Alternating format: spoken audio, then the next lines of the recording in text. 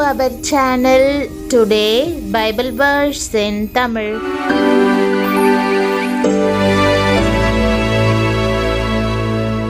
இன்றைய வசனம் செப்பனியா 3ஆம் அதிகாரம் 17ஆம் வசனம். கிறிஸ்துவுக்குள் பிரியமானவர்களே, நம்முடைய ஆண்டவரும் இரட்சகருமான இயேசு கிறிஸ்துவின் வல்லமையுள்ள நாமத்தில் உங்களை வாழ்த்துகிறேன். உன் தேவனாகிய கர்த்தர் உன் நடுவில் இருக்கிறார். அவர் வல்லமையுள்ளவர். அவர் இரட்சிப்பார். அவர் உன் பேரில் சந்தோஷமாய் மகிழ்ந்து தம்முடைய அன்பின் நிமித்தம் அமர்ந்திருப்பார். அவர் உன் பேரில் கெம்பீரமாய் களி கூறுவார் என்ற வாக்குதத்த வசனத்தை இன்று நாம் தியானிப்போம். இது அருமையான வாக்குதத்தம். முதலாவது, கர்த்தர் உங்களோடு இருக்கிறார் என்பதையும், இரண்டாவது, வல்லமையான இரட்சகரான அவர் உங்கள் பேரில் மகிழ்கிறார் என்பதையும் எப்போதும் நினைவில் வைத்துக் கொள்ளுங்கள். ஆம், நம்முடைய ஆண்டவர் நமக்கு தூரமானவர் அல்ல. அவர் நம் நடுவில் தான் இருக்கிறார். ஆண்டவராகிய இயேசு கிறிஸ்து நம்முடைய பாவங்களுக்கு மரித்தது நிமித்தம் அவர் நம்மை இரட்சிக்க வல்லமையுள்ளவராய் இருக்கிறார் என்பதை வெளிப்படுத்துகிறார். அவர் நம்மை கண்டிக்கிறவர் அல்ல. அவர் நம்மில் அன்பு கூறுவது மட்டுமல்ல, நம் பேரில் கம்பீரமாய் மகிழ்ந்து களி கூறுகிறார். மகா பெரியவரான யெகோவா தேவன் உங்களுக்குள் இருக்கிறார், உங்களுடன் இருக்கிறார். அவர் உங்களை என் பிள்ளையே என்று அழைக்கிறார். உலகில் எல்லோரும் உங்களை மறந்து போயிருக்கலாம். உங்கள் பெற்றோரும் கூட உங்களை புறக்கணித்திருக்கலாம். உங்களுக்கு அன்பானோர் உங்களை மறந்து போயிருக்கலாம். பிரியமானவர்களே, கவலைப்படாதிருங்கள். உங்கள் கண்கள் இயேசுவை மாத்திரமே நோக்கி கொண்டிருக்கட்டும். அவரே உங்கள் தேவன். நீங்கள் அவரை உங்கள் இரட்சகராக ஏற்றுக்கொண்டிருக்கிறீர்களா? அவர் சிலுவையில் தமது ஜீவனை உங்களுக்காக கொடுத்திருக்கிறார். உங்களுக்கு இரட்சிப்பையும் மகிழ்ச்சியையும் ஆசீர்வாதத்தின் மேல் ஆசீர்வாதத்தையும் அருளும்படியே அவர் தலை முதல் கால் வரைக்கும் நொறுக்கப்பட்டார். இந்த எல்லா ஆசீர்வாதங்களுக்காகவும் நீங்கள் அவரை ஸ்தோத்தரிக்க வேண்டும். அவருக்கு விரோதமாக முறுமுறுக்கவோ குறை சொல்லவோ கூடாது. உங்கள் பாவங்கள் எல்லாவற்றையும் அறிக்கையிடுங்கள். இயேசு கிறிஸ்துவை காட்டிலும் உங்கள் நண்பரை, தோழியை நீங்கள் அதிகமாக நேசித்தால் அந்த பாவத்தை அறிக்கை செய்யுங்கள். இயேசு உங்களுக்காக சிலுவையில் செய்ததை காட்டிலும் உலக காரியங்களில் அதிகமாய் நம்பிக்கை வைத்தீர்களானால் உங்கள் பாவத்தை அறிக்கை செய்யுங்கள். உங்கள் இருதயத்தை திறந்து, ஆண்டவரே, நீரே என் தேவன் என்று கூறுங்கள். கிறிஸ்துவை உங்கள் இரட்சகராக ஏற்றுக்கொள்ளாதிருந்தால், ஆண்டவரே, நீரே என் இரட்சகர் என்று அவரை நோக்கி கதறுங்கள். அவரை முழுவதுமாய் நம்புங்கள். அவர் உங்களை நேர்த்தியாய் மீட்டுக் கொள்வார். உலகம் உங்களை கைவிட்டிருக்கலாம். உலக மக்கள் உங்களை மறந்திருக்கலாம். ஆனால் தேவன் உங்களை ஒருபோதும் மறக்க மாட்டார். ஆண்டவர் உங்களுக்கு முன் செல்கிறார் என்பதை மறந்து போகாதிருங்கள். அவர் உங்களோடு இருக்கிறார். எப்போதும் உங்களை ஆசிர்வதிப்பார்.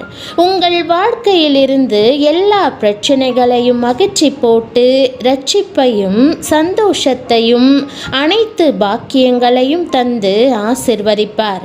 எப்படி அவர் நம்மிடத்தில் கம்பீரமாய் களி கூறுகிறார். ஏசாயா 62:5 நாம் அதை பார்க்கிறோம். மணவாளன் மணவாட்டியின் மீது மகிழ்ச்சியாய் இருப்பது போல தேவன் உங்கள் மீது மகிழ்ச்சியாய் இருப்பார். ஆம் பிரியமானவர்களே, ஒரு புதுமண தம்பதியர் எப்படி ஒருவரையொருவர் அளவில்லாமல் நேசிக்கிறார்களோ, அதே அன்பு, அதே நேசம் ஆண்டவர் உங்கள் மீது வைக்கிறார். அது ஆழமானது, அகலமானது, உயரமானது. அவர் தம்முடைய அன்பு நிமித்தமாக உங்கள் இருதயத்திலே வந்து அமருகிறார். லூக்கா 24ஆம் அதிகாரத்தில் பார்க்கும் பொழுது இயேசு கிறிஸ்து சிலுவையில் அறையப்பட்டு மரித்த பின்பு அவருடைய சீஷர்கள் மிகுந்த துக்கத்தோடு காணப்பட்டார்கள். இயேசுவை நாம் இனிமேல் பார்க்கவே முடியாதோ என்ற துக்கம். எம்மாவூர் கிராமத்தில் அவர்கள் நடந்து போய்க் கொண்டிருந்த பொழுது இயேசு அவர்களுக்கு முன்பாக தோன்றினார். ஆனாலும் அவர்கள் அவரை அறியாதபடிக்கு அவர்களுடைய கண்கள் மறைக்கப்பட்டிருந்தது. இயேசு திரும்பவும் உயிர்த்தெழுவார் என்ற நம்பிக்கை இல்லாமல் இருக்கிறார்களே என்று அவர் அவர்களை கண்டிக்கவில்லை. அதற்கு மாறாக அவர்களிடத்திலே அன்பு கூர்ந்தார். அவர்களிடத்தில் தன்னை விவரித்து விளக்கி சொன்னார். முதலிலிருந்து கடைசி வரைக்கும் வேதாகமத்திலே தன்னை குறித்து எழுதப்பட்ட வேத பகுதிகளை அவர் அவர்களுக்கு விளக்கி காட்டினார். அப்பொழுது அந்த 2 சீஷர்களும் ஒருவரையொருவர் பார்த்து வேத வாக்கியங்களை இயேசு நமக்கு விளக்கி காட்டின பொழுது நம்முடைய இருதயம் நமக்குள் கொழுந்துவிட்டு எரியவில்லையா என்று சொன்னார்கள்.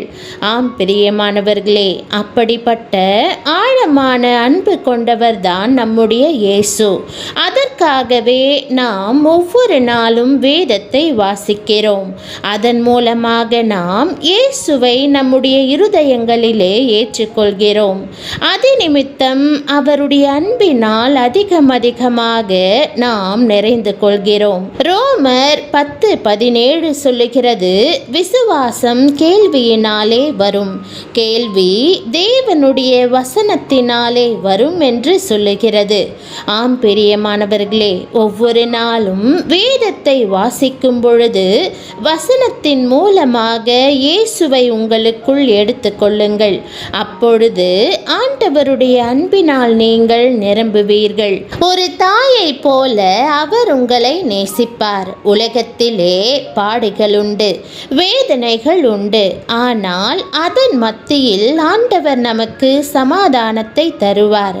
இயேசு என்னோடு இருக்கிறார், என் நடுவில் இருக்கிறார் என்று நீங்கள் தைரியமாக சொல்லும்படி கிருபை செய்வார்.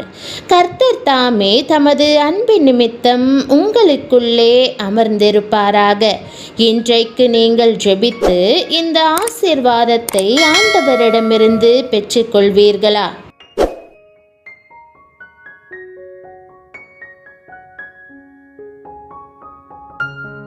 ஜெபம். அன்பின் பரம தகப்பனே, எப்போதும் என்னோடு இருப்பதாக வாக்கு பண்ணுவதற்காக உமக்கு நன்றி செலுத்துகிறேன். எவ்வித சூழ்நிலையிலிருந்தும் என்னை மீட்டுக் கொள்வதற்கு நீர் மாத்திரமே வல்லவராய் இருக்கிறீர் என்று அறிந்திருக்கிறேன்.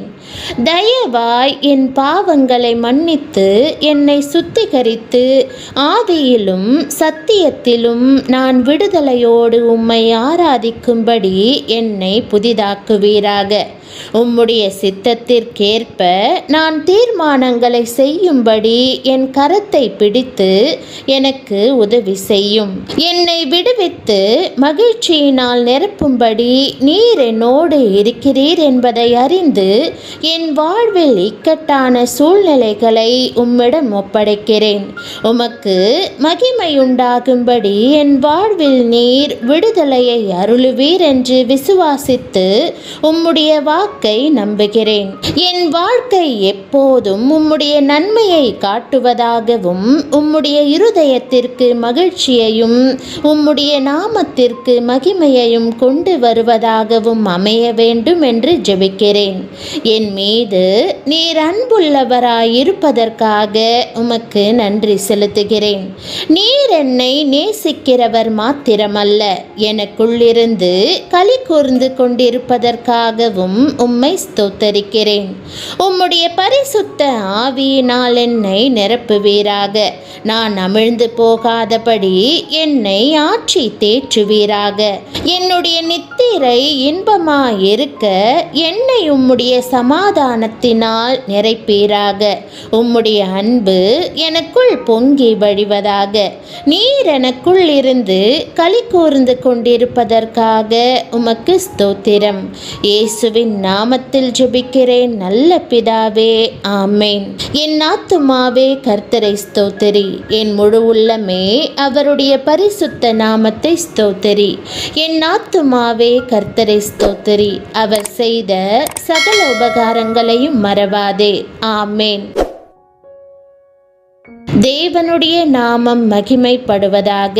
ஆமேன்.